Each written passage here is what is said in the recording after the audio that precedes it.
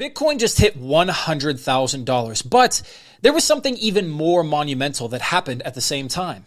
And that was the debacle with Hawk Tuah Girl. Yes, you may know who I'm talking about, a woman who gained virality for spitting on camera. Well, let's just say her crypto project didn't go so well. And in this video, you and I are going to be reading through an article discussing exactly that. Now, with that being said, let's dive in.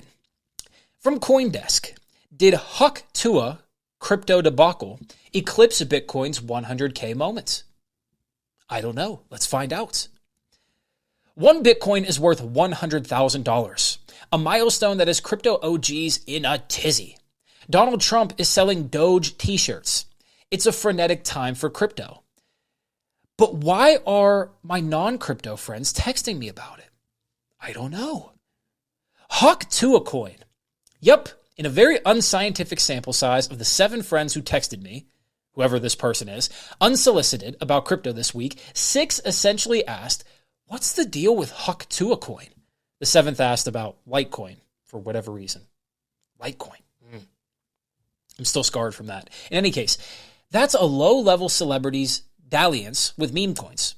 Would dominate the group chat's mind share at the same time the original cryptocurrency smashed through a historic level points to a chasm between the crypto industry's perception of itself and the general public's, or at least my friend's perception.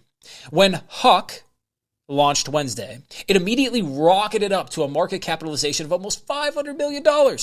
Then, just as fast, it crashed below $100 million, wiping out individual investments once worth hundreds of thousands of dollars. It now fetches less than $30 million. Who could have seen that coming? Betting on meme coins is never a surefire strategy. No, it's usually a terrible investment strategy. But of course, if you get it right, you can make a lot of money, which is where the appeal is. But then again, if I get a player prop parlay right, like I almost did in the Western Conference Finals, Clippers versus Timberwolves, or Timberwolves versus Mavericks, I would have won $200,000. But almost doesn't count in parlay betting, and it doesn't count in cryptocurrency. It only counts in horseshoes and hand grenades. If you know, you know. It's a bad joke. In any case, let's continue. But there were signs that Hawk Tuah was a worse investment than most. Its launch was marred by allegations of insider dumping. Allegations. It's pretty concrete, but let's continue. Which the founders deny, of course, because you should. And a pricey swap tax that failed to stop snipers from essentially manipulating its price. Shocker. Most of the people who reached out to me didn't know this level of detail. Unsurprisingly.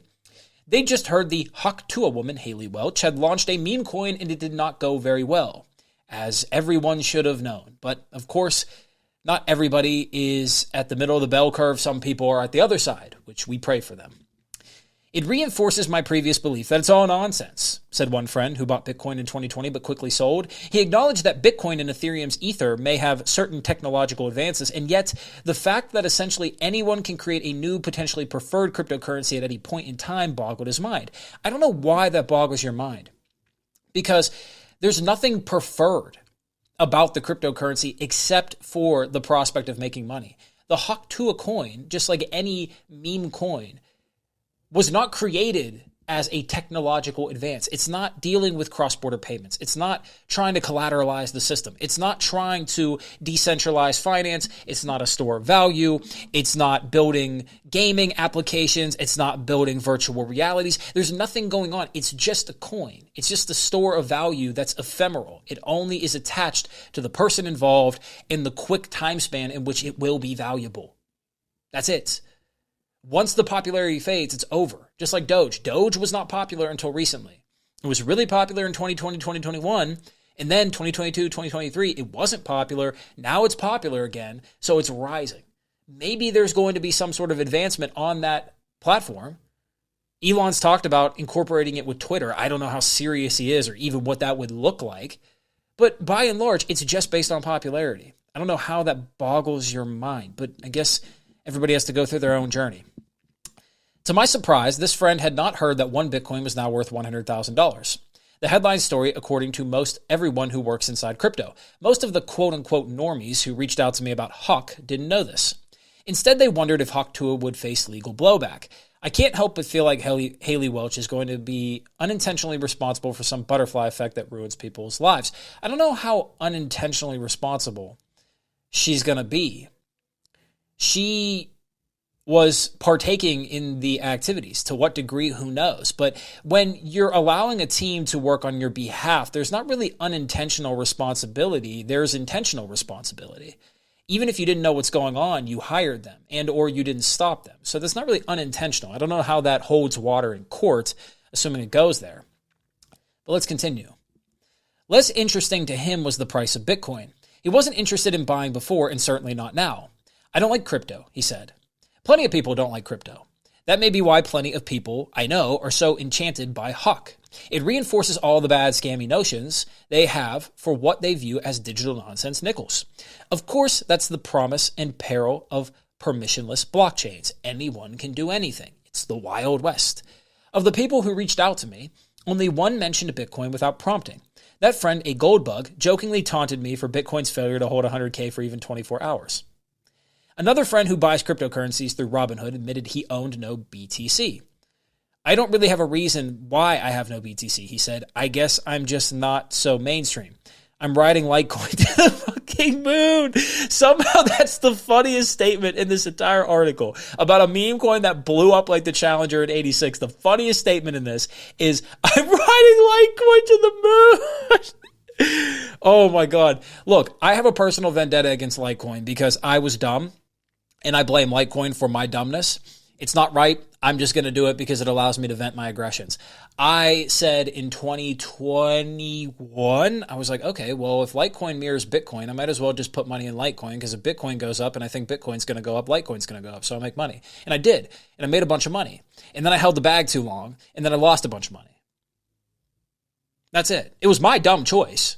I did it. But I still hate Litecoin for that. In any case, what can we learn from this? Well, first and foremost, meme coins are fine to invest in so long as you do them properly. What I define as properly, and of course, everybody has their own opinion. This is not financial advice, but I think meme coins are good for 1 to 2% of the portfolio at most, maybe 5 if you already have a pretty safe portfolio or if you just want to take a little bit more risk. 5, fine. But any more than that, and you're just a DJ, because they don't perform well over the long haul. Yes, they go up, but they go down a lot. And even if you're holding the whole time, you're probably going to get washed out. You're probably going to get wiped out. If you're using leverage, you're just an idiot with these meme coins because they fly and then they fly back down. So how do you invest in them properly? Take some gambles. Throw some chips in if you want. At least this is how I do it. I'll throw some chips into a meme coin if I think it's cool, if I think it's going to gain traction, if I think popularity is going to attract to it. And I'll see what happens. If I make some money, cool, I might cash out. If I make some money and I think, oh, it can go up more, maybe I'll put some more in, whatever. And if I lose money, whatever. I expect to lose money with meme coins.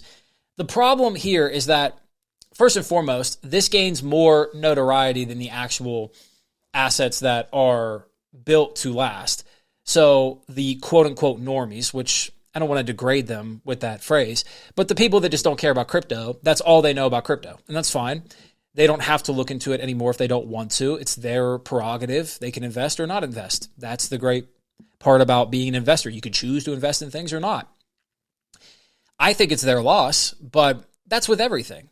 However, it does show something interesting, is that so many people in crypto think that, oh, everybody's talking about Bitcoin, the people that don't own Bitcoin. They're like, oh my God, Bitcoin hit 100K. I'm so dumb. I'm so stupid for not investing. No, apparently most people are talking about this crypto rug pull. And it's interesting because in many ways, Bitcoin and the cryptocurrency market as a whole is becoming more mature, but in many ways, it's also still so obviously in its infancy, which is good and bad because that means A, you're probably going to get some wild swings into the future still. We're probably not going to mature this market to the point where you're going to see less volatility. That's the first thing. Second thing is that since it's still in its infancy, there's a lot of potential to make money. If you're investing in meme coins, if you pick the right ones, if you allocate your assets properly and you get in at a good price, you can make a lot of money. I don't do it with a lot of my money, but you can. If you get into Bitcoin, Ethereum, Solana, XRP, the big caps, BNB, whatever you want to invest in, there's still a lot of upside because even though it's becoming a more mature market and it's getting taken seriously by officials and governments and institutions, people by and large still don't care, which means that you're still an early adopter. And if you're an early adopter, that means there's a lot of upside before the early majority comes in, and then the late majority, and then the laggards. If you know what I'm talking about, you know what I'm talking about. But with all that being said, let me know what you think about this Hawk Tuah coin. Personally, to cap this off, if you're an influencer and you want to do a pump and dump, that's up to you. That's your prerogative. I don't have any hatred or judgment for those people, whatever. You could do what you want because you have your platform. You got it through whatever means possible. I will say to anybody thinking that she was going to last as an influencer, I think that's funny because she literally built her reputation off of spit or the motion of spitting, which spit isn't even a solid form if you're just looking at it in a philosophical lens. Again, no hatred towards her, but I think anybody who was looking at this any bit keenly could have saw that this was going to be a pump and dump and that, quite frankly, she was probably not going to last that long because the foundation wasn't there. Just like with Bobby Althoff, the foundation just wasn't there. And that's the last lesson to leave on, is that if you want to build a lasting reputation, if you want to build success over the long term, the best way to do it is probably to take the Warren Buffett strategy in investing, buy great companies, hold them, or just think on a more long-term horizon with all of your investment decisions, with businesses, with moves you make in your career, etc. But also recognize that if you want to be a competent individual and you want to really influence and impact people, you're probably going to have to take time in the gestation phase to learn things, to develop yourself as a person, to have experiences, to interact with individuals, to contemplate ideas and topics and concepts. If you could do all that over the long haul, you'll probably be pretty influential. The best example of this is Caesar. Caesar didn't become Caesar, or at least the Caesar history knows, until he was in his mid to late 50s. And whenever he was 50, he was considered a young general. He was considered a young general at that time. 50. It took him that long just to get to the point where he could be a rising star.